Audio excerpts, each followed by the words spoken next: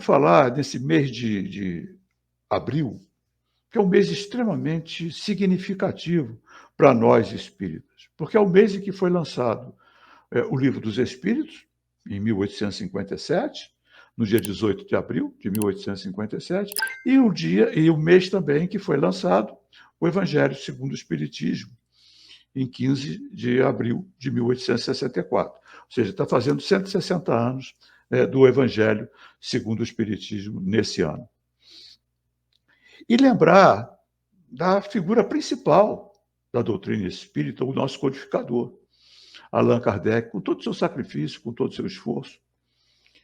E Kardec era uma pessoa curiosa. Kardec nasceu em França, né, no século XIX, chamado século das luzes, logo depois da Revolução Francesa e da Revolução Industrial, que abriu as portas para os pesquisadores na área do conhecimento, de todas as áreas do conhecimento. Até aquela época, a pressão da igreja era muito forte. Nós tínhamos lá os iluministas, os filósofos anteriores, mas a pressão da igreja ainda era muito forte. Quando essa pressão ela é retirada com a Revolução Francesa, as ciências deram um avanço muito grande. Tudo que nós temos hoje na área das ciências físicas, das ciências sociais, decorre muito dos pioneiros daquele século XIX. Todos os pensadores começaram ali.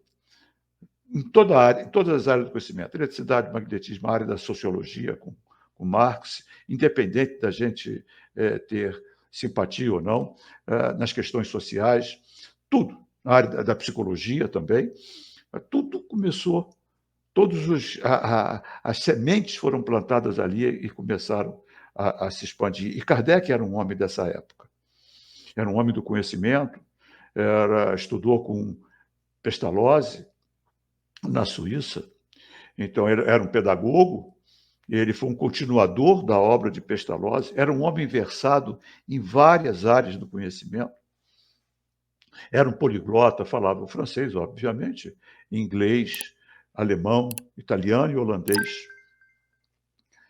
Então não era um deslumbrado, era inclusive muito da área do positivismo, de pão, queijo, precisa demonstrar, isso não era um homem da crença, era um homem do saber. Ele não queria crer, ele queria saber.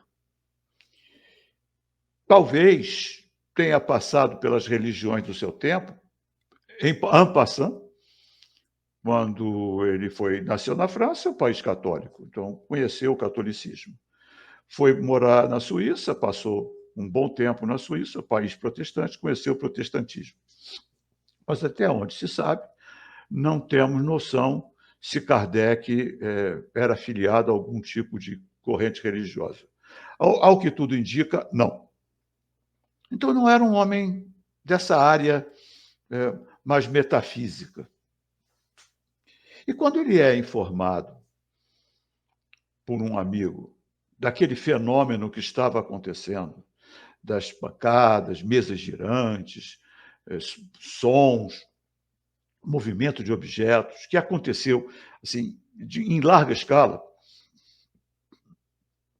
E quem quiser conhecer melhor o que aconteceu nessa época, existe um livro chamado História do Espiritismo, escrito por Sir Arthur Conan Doyle, o mesmo que escreveu as histórias de Sherlock Holmes, onde ele fala de todos os países, dos fenômenos, dos jornais que publicavam, dos cientistas envolvidos na pesquisa desses fenômenos e que atestaram, o mais famoso deles, Sir William Crookes, pesquisador da matéria radiante. Se hoje nós temos televisão, internet, tudo isso, vamos agradecer às pesquisas iniciais de William Crookes. Se hoje nós estamos podendo falar aqui, graças às pesquisas iniciais de William Crookes. Então não era um deslumbrado, nem os pesquisadores eram deslumbrados. E a grande maioria constatou a veracidade do fenômeno. Mas vamos falar de Kardec. Kardec, ao ser informado de que havia essa fenomenologia acontecendo, ele deixou de lado. Falou, isso aí, às vezes, é algum efeito do magnetismo, da eletricidade, do qual ele era um estudioso, ciências começando naquela época, estudos começando naquela época, eletricidade, magnetismo. Isso deve ser algum fenômeno eletromagnético que anula a lei da gravidade, faz algum objeto flutuar, ou coisa que o valha. Dilatação de material que faz estalo. Mas um outro amigo dele conversa com ele novamente sobre isso, porque era o assunto da época, e fala com ele, tudo bem, mas o fenômeno responde pergunta. Aí ele fala, responder pergunta não pode, mas responde. E aí ele é convencido a ir a uma sessão dessas que eram realizadas em vários locais, quase como um divertimento. Quem aqui tem um pouco mais de idade e brincou com aquela brincadeira do copo, sabe que isso era feito meio como um divertimento. E ele vai e depois ele assiste mais uma, ou duas, ou três, e ele vê pelos frequentadores que aquilo não era brincadeira, que eram pessoas sérias, que não eram pessoas que estavam fazendo por diversão, e ele percebe que o fenômeno é real, e aí não há explicação. Pelas ciências da época, não há explicação. Como? Que ciência explicava aquilo? Eletricidade, magnetismo, nenhuma ciência explicava aquilo. Nem as filosofias explicavam aquilo. Aí ele pergunta o fenômeno. Quem são vocês? Porque o que foi que passou na cabeça dele? Ora, se o fenômeno responde perguntas, e uma mesa, uma cesta, não tem condição intelectual, porque não tem cérebro nem nervos para responder pergunta, existe uma força invisível, inteligente, respondendo às perguntas. O que ele faz? Pergunta a essa força: quem são vocês?